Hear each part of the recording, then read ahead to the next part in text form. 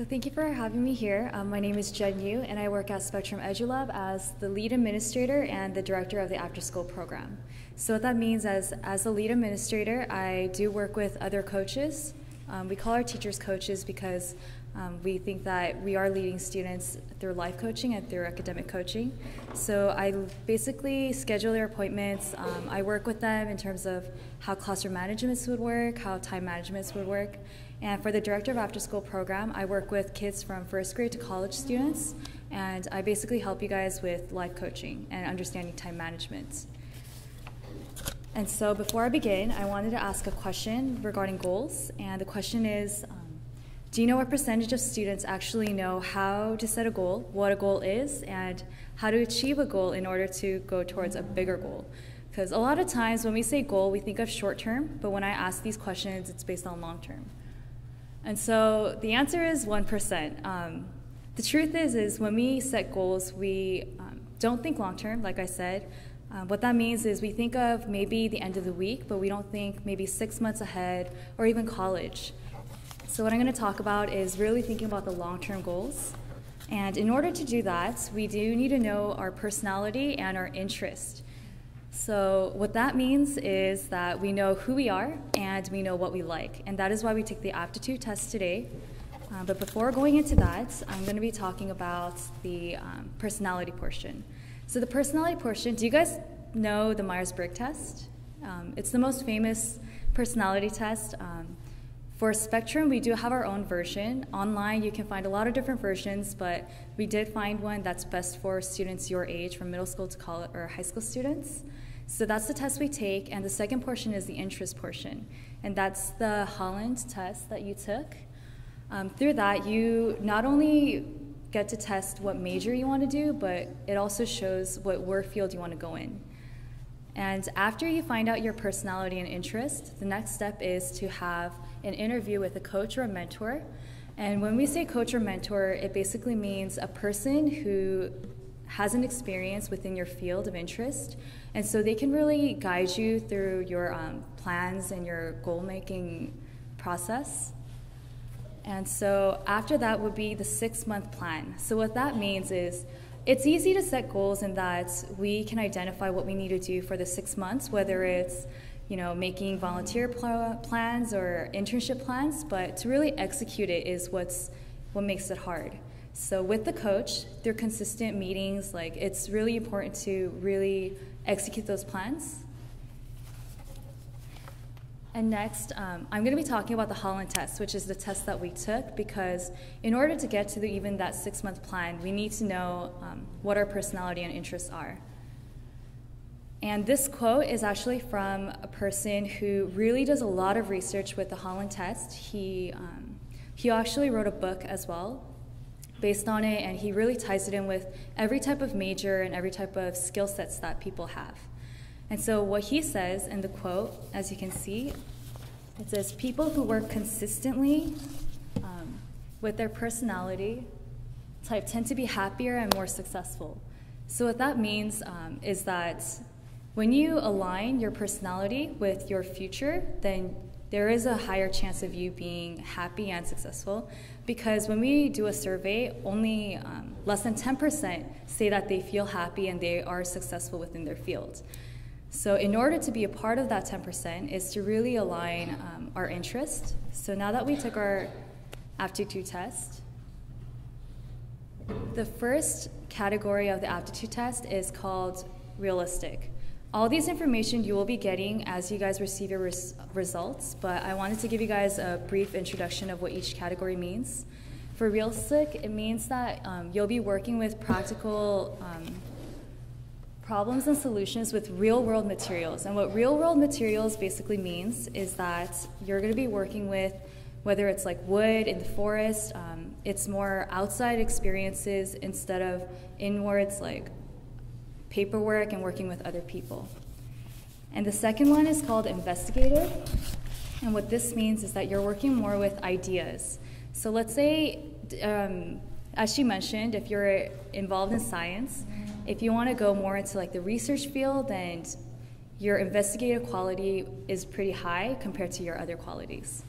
And so here it means that you're searching for facts and you're figuring things out mentally. And then the next one is called artistic. So here it doesn't necessarily mean that you're involved in the art field, but it means that instead of working with a clear set of rules, you like being creative. That could even mean that you're working outside in the scientific field. If you're working with animals, let's say, and you're doing research, that could also fall under the artistic side. The next category is social. This is something that we're actually most familiar with because all our coaches, all our teachers, all our counselors, they're all considered social workers. So basically what that means is that they enjoy communicating with people, they like teaching people, and they're very involved, and they provide services for others. And the second to last category is called enterprising.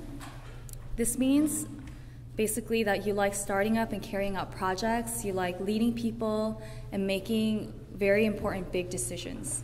So it does involve a lot of risk, and it does deal with like working with other businesses, but at the same time, this is where like your presidents of the companies are. This is their highest quality because they are willing to make those risks and really take on the responsibility of a business. The last one is called conventional. So this one is kind of the opposite of enterprising. Yes? No. Oh, okay, yes. So this is the opposite of enterprising. What that means is that you like following authority, and as the opposite of artistic, it means that you like sticking with rules and you like going with details more than ideas.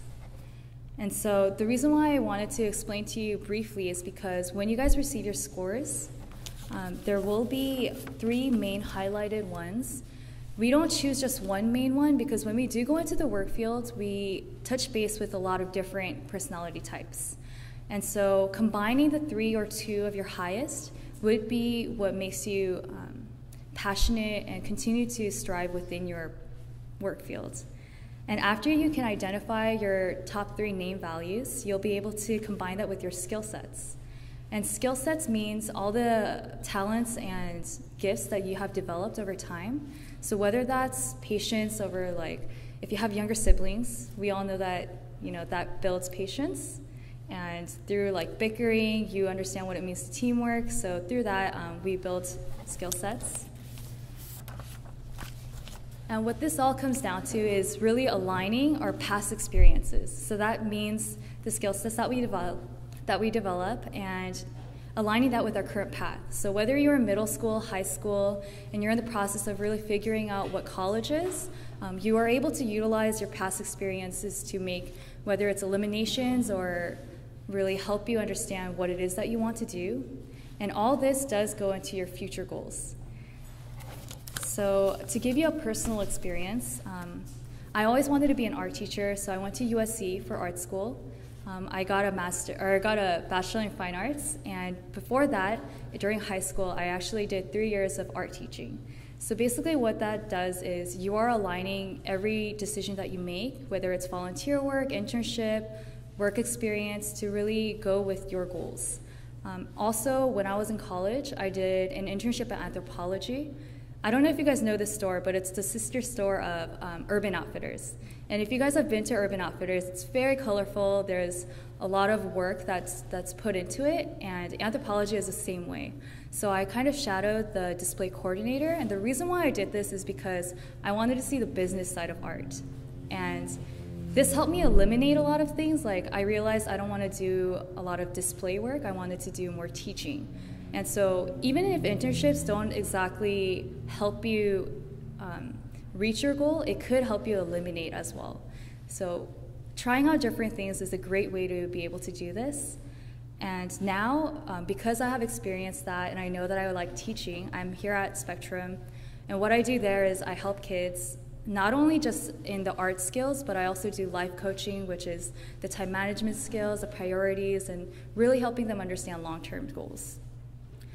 And through this process, at Spectrum, I did pick up the administrative job, and the reason why I did that is because through the Holland test, I realized that my conventional is really high. And like I mentioned, the conventional is like really following orders. It's an orderly system, basically, so that's why I tried it out, and I realized I really like it, and this is something that I want to pursue. And so I want to go to Chicago. There's a school in Chicago with a great master's program in art and education and art and administration and policy. And even now I still meet with my mentor consistently, and he doesn't only just help me academically, but he helps me really understand who I am, my character, and how to align what I like with my future goals so that I can end up in that 10% who are happy and who are successful in their jobs. So basically in the end, this is a long process. It's like a brick wall. If there's a brick wall and you're hitting it to break it, even if you hit it 50 times, there would be no mark on it, but that one hit that you do that creates the crack would be the one that really influences your life. So basically those 50 cracks, or the 50 hammering that you did that left no mark, is still what led up to that big crack in the wall. So all the small steps that you make, you feel as though it's not that effective.